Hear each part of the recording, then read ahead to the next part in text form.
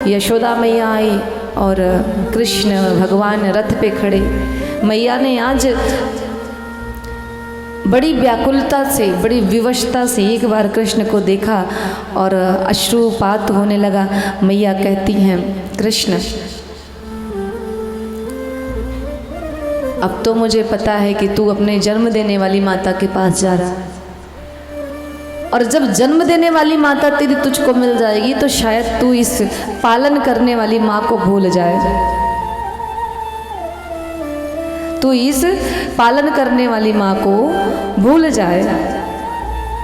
और इतना कह करके मैया कृष्ण को पकड़ करके जोर जोर से रोने लगी। आज भगवान कृष्ण भी खुद को संभाल नहीं पाए, रथ से नीचे आ गए और माँ को हृदय से लगा लिया और कहा, माँ संसार में सारे संबंधों को भुलाया जा सकता है, लेकिन एक माता का ऐसा संबंध होता है जो कभी विस्मृत नहीं होता, कभी इसे भुलाया नहीं जा सकता। ये सत्य है कि तूने मुझे जन्म नहीं दिया, ये सत्य है कि मुझे जन्म देने वाली माँ कोई और है, लेकिन ये भी सत्य है कि तूने मेरा पालन पोषण किया। ये भी सत्य है कि आज ये जो कृष्ण कृष्ण है ना, ये तेरे कारण है, वरना ये कृष्ण कृष्ण नहीं होता माँ। और मैं कहूँ, जो तू भूलने की बात करती है ना, इस ब्रज के, इस संसार में अवतार लेने के बाद जितने भी संबंध हैं, उन सारे संबंधों को एक बार ये कृष्ण विस्मृत कर सकता है। लेकिन हे माँ यशोदा, आपका प्रेम इतना दुर्लभ है, जो मुझे आपसे प्रेम मिला, माता का जो वात्सल्य मिला, उसे ये कृष्ण कभी भूल नहीं सकता।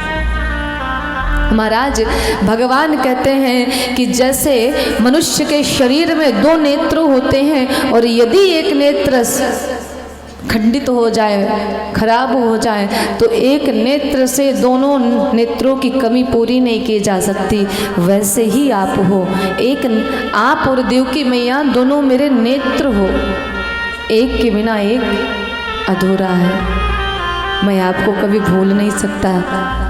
मैया ने प्रश्न किया, कृष्ण इस ब्रज में तो सूखी रूखी रोटी, मिश्री, माखन कभी कभी तुझको मिलता था, यही मैं तुझको पवा पाई, लेकिन जब तू मथुरा जाएगा ना, वहाँ तो तुझको 56 भोग मिलेगा।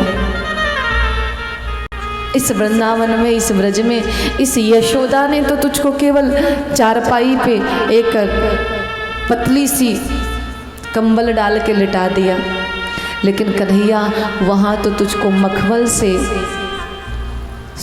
सुसज्जित शैया प्राप्त होगी सोने के लिए। कहाँ मुझको तो याद रखेगा।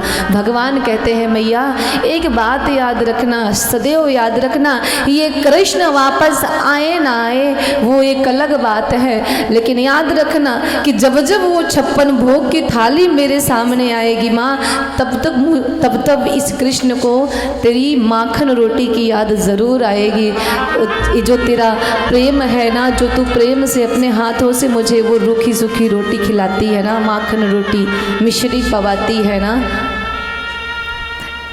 इसकी कमी वो 56 भोग कभी पूरी नहीं कर पाएगा। हे माँ, जब जब मैं सोने के लिए अपनी शैया पे जाऊंगा ना, तब मुझे तेरी गोंद की बहुत याद आएगी, तेरे आंचल की बड़ी याद आएगी। भगवान कहते हैं, मैं संसार के सारे संबंधों को किनारे रख देता हूँ माँ, मैं संसार के सारे संबंधों को भूल सकता हूँ, लेकिन एक आपका ऐसा संबंध है, एक मेरी माँ तो ऐसी है, तुझे मैं जिंदगी में कभी नहीं भूल सकता। महाराज आज भगवान जाने लगे, गोपियों ने रोकने का प्रयास किया, नहीं माने। गोपियाँ बार बार कहती हैं, भगवान नहीं मानते। तो एक गोपी कहती है, अरे क्या इसको रोकती है, हमने इससे प्रेम किया है, और प्रेम सदैव व्यक्ति को मुक्ति प्रदान करता है, बंधन नहीं प्रदान करता। अरे ये तो खुद नहीं रुकना चाहता, यदि इसको हमसे प्रेम होता तो ये रुक जाता, जब ये खुद नहीं रुकना चाहता तो क्यों रोकती हो। हम प्रेम करते हैं कन्हैया से, हम इसे बांध नहीं सकते, मुक्त कर देते हैं। जा कन्हैया, यदि तू जाना चाहता है तो जा, चला जा, हम तुझको रोकेंगे नहीं। लेकिन एक बात याद रखना, यदि इस बार तूने छल किया ना तो हमारा विश्वास तेरे से खत्म हो जाएगा। पर प्रेम हम तुम्ही से करेंगे, क्योंकि एक हृदय था वो मैंने आपको दे दिया। अब हमारे हृदय में किसी और के लिए कोई स्थान नहीं। भगवान अक्रूर जी के साथ चले गए। इधर गोपियाँ रोज भगवान के आने की प्रतीक्षा करती हैं।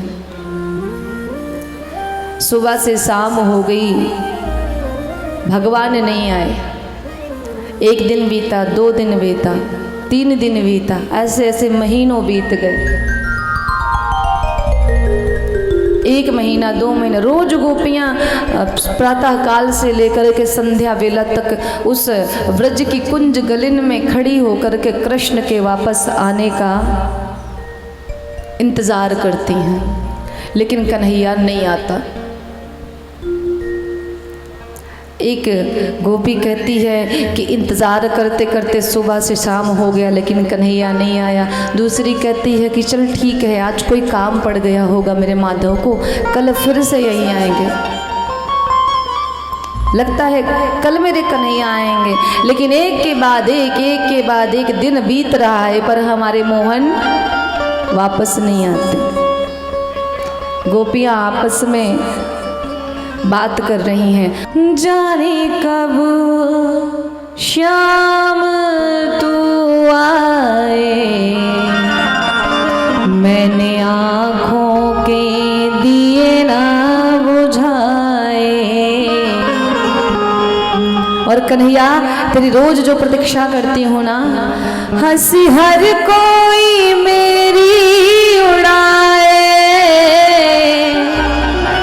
ये सब मेरे पे हंसते हैं कि करती रहे प्रतीक्षा, एक बार जो गया तो दोबारा आने वाला नहीं।